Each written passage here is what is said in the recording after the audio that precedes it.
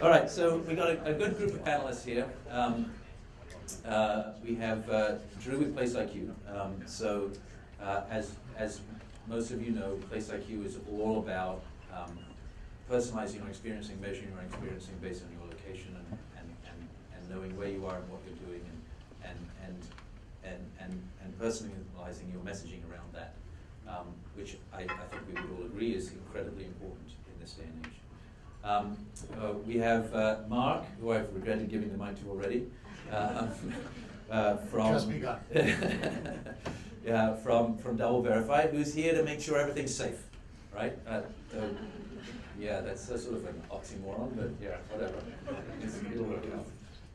We have Drew from TapAd. So TapAd recently had a great exit. Congratulations. And they're all about this cross-device, right? So making sure that you know that this person owns this phone, or is in this app on this phone, or versus browsing on the mobile web or on the desktop, and connecting all of that together. A crucial part of our ecosystem. And finally, David from Bronto, which really brings the customer experience to us. So Bronto doing email services and really connected deeply at the CRM level with retailers and other brands directly, and head of strategy there. So it's a great panel. I'm going to start off with an easy, I think an easy question. I hope it's an easy question for you guys.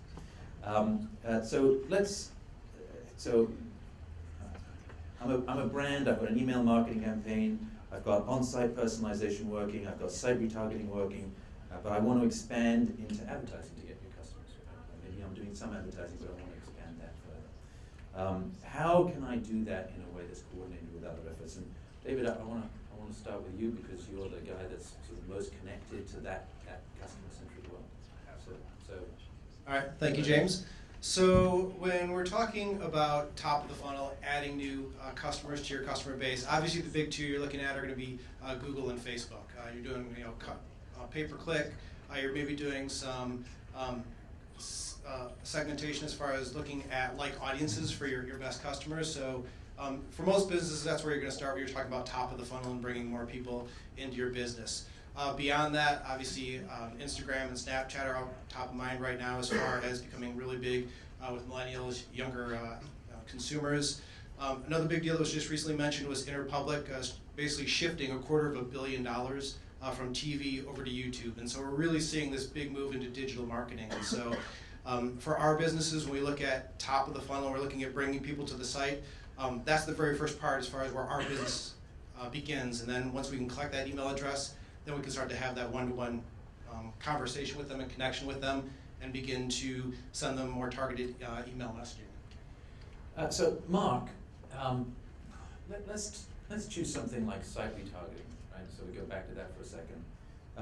If I'm site retargeting and I know who this person is, right, so I know that they bought from me before, why should I care about your services? I mean, you're protecting fraud to make sure that it's not a bot, but really, I mean, if I know he's a customer already, it's obviously not a bot, right? I mean, So if you know it's a customer, and I'll grant you that the data is accurate, that you do know it's a customer, not a bot, since they What if you sell things to robots? I've got a business for you with a good data set, so sorry.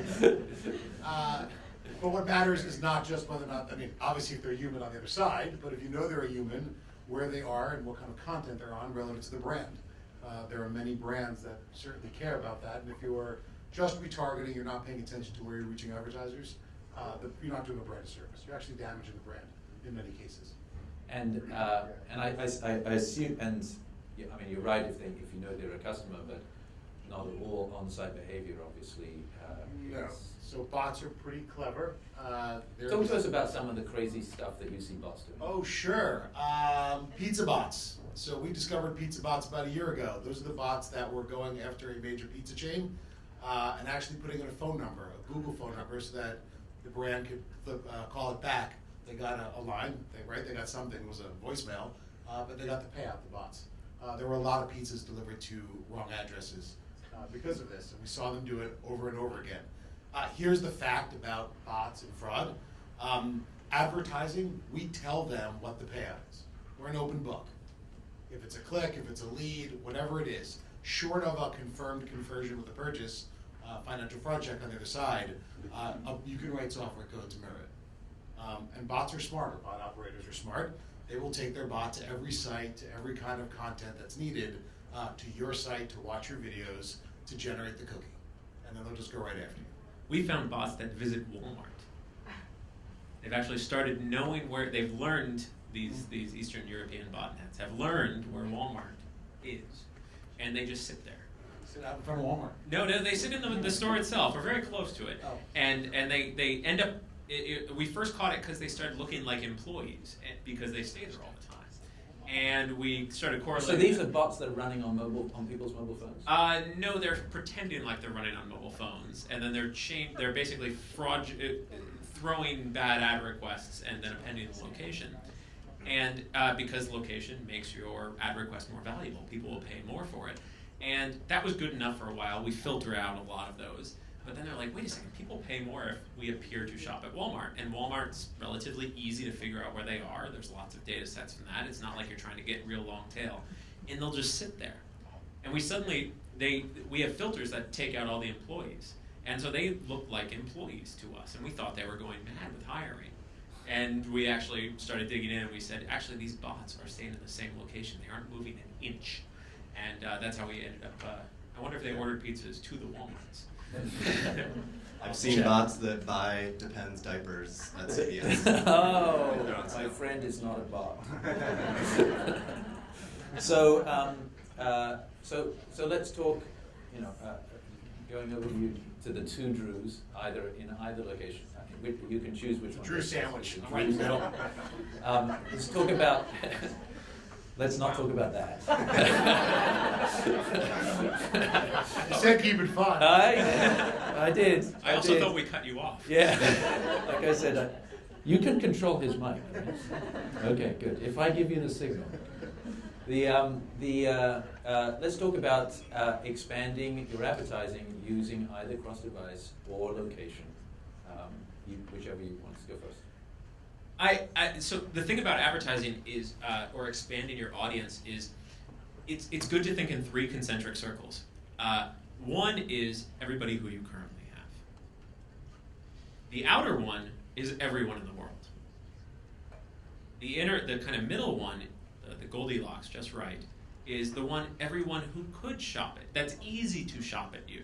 And I think that's something that we ignore a lot of the time, which is, I was having this conversation once with a store who got upset that I admitted I didn't shop at their store.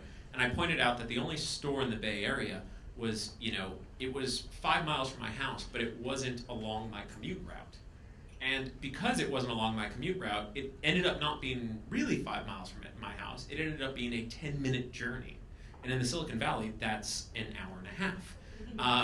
So I think the thing we have to take into account is the kind of depressing fact, and this is something we see all the time at Place IQ, is that the sad part of the matter is humans are relatively boring.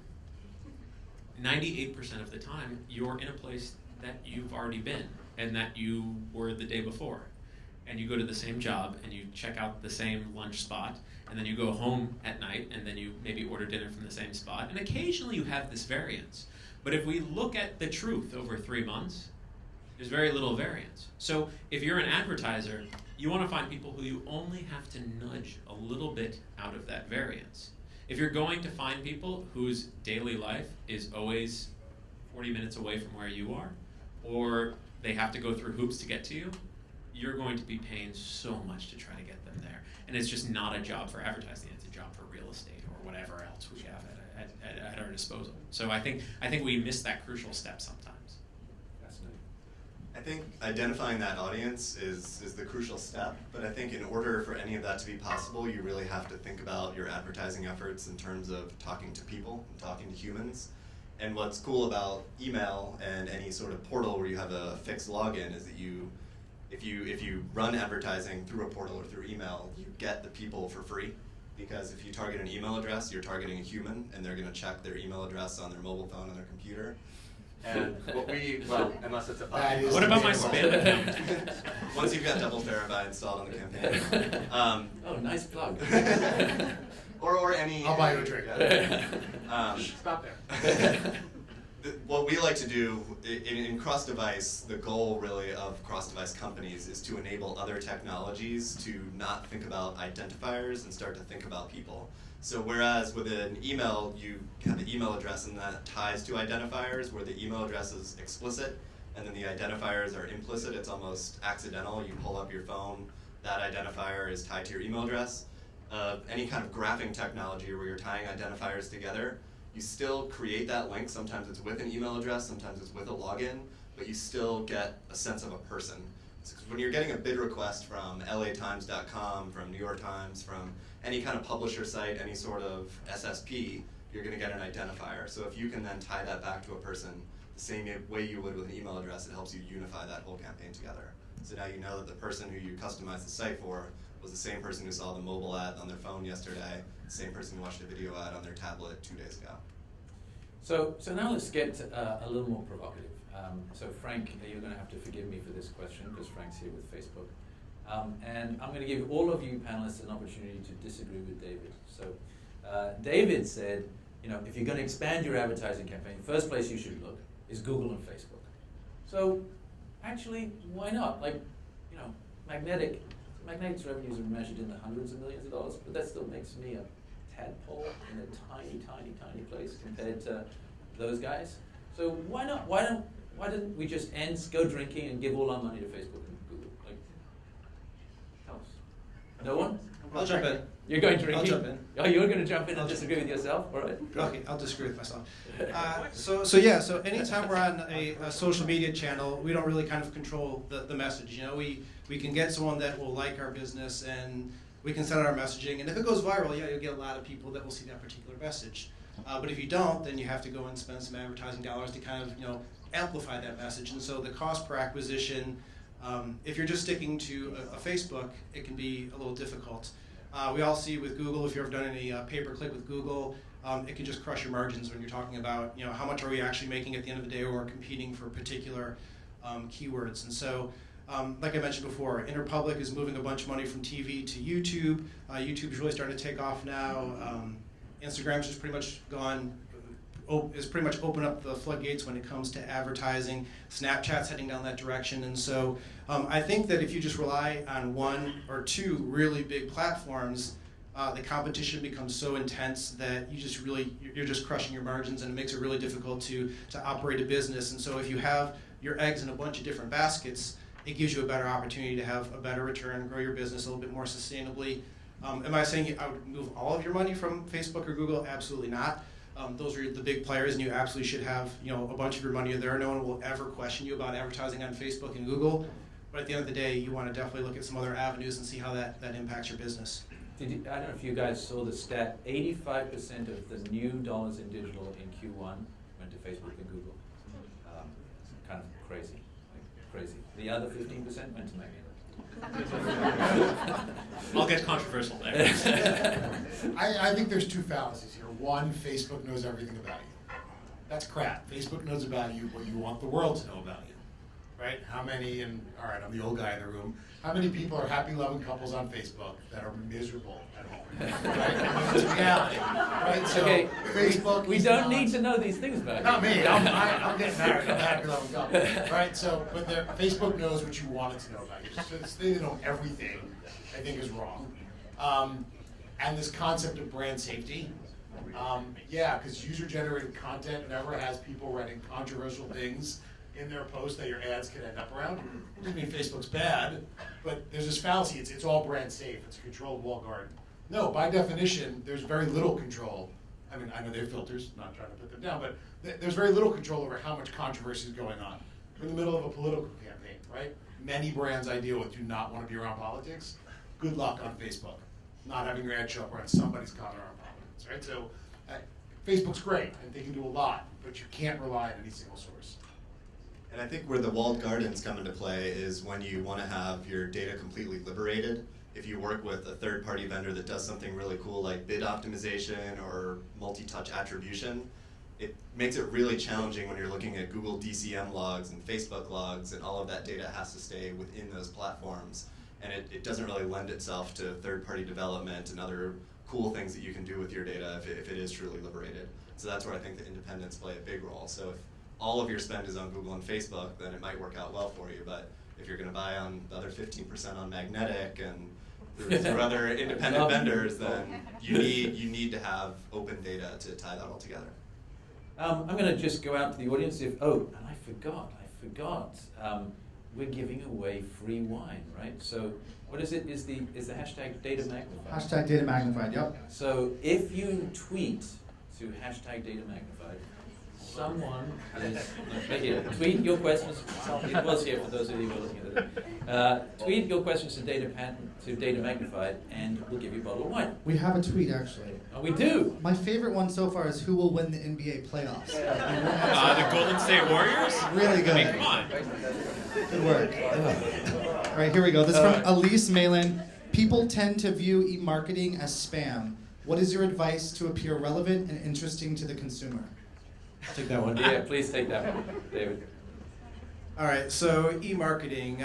So when people come to your website, most of the time you'll encounter a pop-up, and everyone pretty much says that they don't like pop-ups, and I agree, I'm not a big pop-up fan, and so that may sound kind of crazy coming from a guy who does email marketing all day long, but it works. And so we have to really kind of balance out something James mentioned earlier, where people tell us one thing, but their actions tell us something completely different. And so if you're a marketer that is really willing to test and to find out what the balance is, then you're not going to have as big of an issue when it comes to spam. And so it starts with being very clear up front as far as what your relationship is going to be with that person, and telling them what exactly is going on, as far as how often you're going to contact them, and then also making sure your messaging is really relevant. And so we talk a lot about lifecycle marketing. So if you've abandoned a cart, we're going to send you a message that relates to that. If you have placed an order with us, we'll send you some post-purchase messaging. So as long as it's really relevant, you're kind of really upfront with the person as far as the relationship, you really shouldn't encounter that many issues with it. I'll throw something in myself, actually, which is I was talking to a brand on Tuesday, Parachute, based here, I think, sell sheets and stuff. They were doing some pretty provocative advertising, and they got several hundred complaints. And so the guy who runs marketing, who's the guy I was talking to, was getting his ass chewed out because he got a lot of complaints. But actually, he reached a few million people. So, and sales went way up. And so one of the things that we confuse is the noisy stuff, that the people complaining may not be representative of the big group, which is just endorsing sort of what you said. All right, so I apparently I'm going long, so I've just been told that I should speed things up. There's we've seen a bunch of mergers and acquisition in the space. So both of you guys, Drew and David, are part of that. We've seen things like Oracle buying Blue Kai, and you obviously sold to a Swedish, Norwegian telco. You guys sold to NetSuite. That's right. What's going on? Like, what? First of all, let's start with the question: why is this happening? You want to go with that one? Sure, I'll go into it. So, the funny thing about data is it makes your computer smarter and better, right? But that represents a completely different model than computing since the personal computer was invented. It used to be the things that we cared about that made our computer better were little chips that made it go faster. And there was no limit on that. We weren't going to run out of chips. If you bought a faster chip, I could still buy a faster chip as well. But suddenly, what became the most valuable was the trails everybody left. The indications of what people actually wanted and what they did. And now, because of always-on internet, phones in your pocket for 90% of the people, digital behaviors that are seeping from online to offline, and the blurring of the lines, the amount of data that we could train off of became the most valuable asset, and it was a zero-sum game. If I buy the fastest data, or the best data, you don't get it. Or at least you have to get it through me. And so what's happening right now is a complete realization that this is the new norm. And in the same way that people used to build server farms and brag about server farms, you remember when Jeff Bezos used to get on stage and show pictures of his server farm, and then Steve Jobs would do the same thing, and it was just a big measuring contest. Now they do it with data. And that's the thing, and they don't share. And it's such a risk to sharing that they've started acquiring companies so that they can monetize it without the data leaving the walls. Which comes back to your question about why don't rely on Facebook and Google? Because you give away all your competitive advantage. It's like going to your neighbor, borrowing the computer, and then going home at night. At some point, your neighbor could lease it to the other guy down the street who wants to use it more than you do. Or at some point, he could just get tired of you and think you're too annoying and turn it off. But you probably want to own your own computer. And to do that, you need to start taking a proactive view and starting to manage that data and work with partners that are going to start helping it, because otherwise you're going to be left without that computer. And similarly, the risk of that guy with his computer that you want to borrow, he realizes that it's in his interest to not let anyone use it. So instead, what he's going to do is he's going to buy companies that allow you to get the value without it ever leaving the house. So this is Verizon buying AOL. So they can use their data across all those properties, and maybe Yahoo, without it ever leaving the house. And we start to see those trends of how can I grab as much as possible? It's like the Iron Curtain coming down. We're all just between the US and Russia, which is Facebook and Google, trying to find our areas that we want to capture so that we can actually do what it takes to live another day. I partially agree. Oh! I'll partially agree. The answer is capitalism. Verizon bought AOL because they tried to go out with their own cookie and they got slapped on the wrist. And they said in advertising they can do it, so I'm not allowed to use my Verizon data that I have as standalone. I'll just blend it with some advertising data, and now I can go use it. Oracle bought BlueKai because they sell lots of storage on the back end and they wanted more data in their servers. These are just ways to grow their business and evolve their business. I'm not saying it's bad for advertising, it's actually a testament to the fact we have so much data, we're driving so much data that they're looking into our space to do it, but I'm not sure that there's any one theme as to why they're doing it other than money and profits off of their core business. But if the data is what makes your computer smart and now they own it, they're not just in the business of selling you computers anymore. Now they get to have that as recurring revenue they can recognize forever, and you have to stay with them. Yeah, I agree. That's the capitalist part. It's great. Well, I would also argue that if you're not Facebook or Google, you don't own the data. You own what you're doing with the data. Most of the data that makes up BlueKai is BlueKai pixels firing across the web. If you go to Forbes.com and you have Ghostery installed, you see there are 120 pixels that load when you go to Forbes.com. Lots of companies can collect that data. It's not exclusive to BlueKai or now Oracle. It's really what your application is for that data, and they're trying to buy the rights to those applications of the data. Completely agree. And I think that even furthers my argument, which is you could not build data logics today because people have recognized the value of what you can do with the derived rights of that data, so they never allow it. Right, it's increasingly harder to get your pixel down, but I feel like there are probably enough technology companies out there with pixels down who could theoretically do the same thing. Which is why the consolidation is occurring. Exactly. So we have a few questions here, but I'm gonna just go one more, and then I'm gonna do audience questions, and we'll be done, because we are running long. How many people here work in agencies? Lots of people. So the role of the agency is changing, right? There's some big changes afoot. We've got trading desks, we've got clients buying media directly, instead of through an agency, which is a threat, which is why there are trading desks. What do you think is going to happen in this world? You know, how are the agencies going to survive? I mean, I hope so, because we get about 75% of our revenue through agencies, so I sure hope they do. 75% of 15%. It's a big market. It's a big market. So, what do you guys think is going to happen? I'll jump in on there. So from my standpoint, I think that you're always going to have a role for pretty much the branding and the people that are really experts in that area. And so the area I come from, when we talk about email marketing, we work directly with the client when it comes to the strategy. And so obviously we know the strategy inside and out. but we really don't know the branding, and when it comes to actual customer acquisition, we're not heavily involved in that piece. And so in the world I live in, the agencies are still a big role as far as bringing in new customers top of the funnel, and then also the creative that's actually going to drive a lot of the revenue that they're working on. So I see there being more of a role for us working directly with agencies, particularly from the actual email marketing piece. We're not as heavily involved when it comes to actual, bringing on new customers and growing people top of the funnel. There's an inverse relationship between the premium that agencies can charge and the accessibility that brands and users have to technology. And I think what we've really observed is agencies really need to build their own technology, because a couple decades ago it was buying media, executing a campaign was this esoteric process where you had to know people, you had to have certain connections.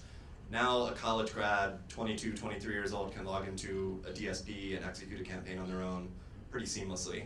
And so it's no surprise that we see WPP acquiring Medialets. We see Viviki has their own analytics tools, Xaxis has their own DMP. I think we'll continue to see agencies developing their own technology as a reason to come to them, so they can kind of be the hub of your campaign and tie everything together for you. So I agree with that, and I think there's clear demonstrations of success, but I think there's a circle they have to square, which is, what are agencies best at? Like, better than anyone else in this room. And that's client services, 100%. That's the classic all the way back to Mad Men. Client services is a completely different business organization than a product organization, because one is dropping everything to solve the problem for the client, and one is kind of keeping that vision aligned of where we want to be in a year. So even though they're kind of in that transitive space, they're going to either need an innovation or figure out which side they're on, because it's really hard for a computer to take out client out for dinner. I absolutely agree. It's process automation that the change is going on. It started with programmatic, the way we Tim, I think your job's safe. It's all good. There you go. See? That's what I'm telling you. But And that 22-year-old either, no. But if your job is trafficking, if your job is trying to negotiate the lowest CPMs, technology is going to automate that out of the agency. So it is about what's the value add you can bring in. Is it creative? Is it client services? What are the things you can do? I also think we have to segment big advertisers and small advertisers, and the fact there's going to be different needs along that spectrum. Everybody talks like they're all going to go one direction. That's not going to happen. And who owns the data? Of course, Because the agencies want to own the data just as much as the clients want to own the data, and the data sharing pools and all that other fun stuff. It's a big, bizarre love triangle between the agencies, clients, and the publishers. Let's go to some. We have any more tweeted questions? Sure do. How important will data be when ad blockers become the new norm? Anyone want to take ad blocker question? The ads go somewhere else. We've already seen that the businesses can't survive with ad blockers, or are starting to work around them. Wired, Forbes are starting to block content if they detect an ad blocker. I think also you're going to see what's happening with, let's follow the people who have success, BuzzFeed. The advertising is the content. So ad blockers is what I would call a symptom of the awkward teenage years, where we haven't gotten out into adulthood yet, of digital news yet. And once we do, you won't be able to distinguish the two. They'll all be part of the same stream. Other question? We good? Anyone else here have any questions to close this out? Yes. Do you think unpredictable consumer behavior exists? Yes. Are there any examples recently where data has pointed in one clear direction and people have been like, wow, everyone went another way? Donald Trump.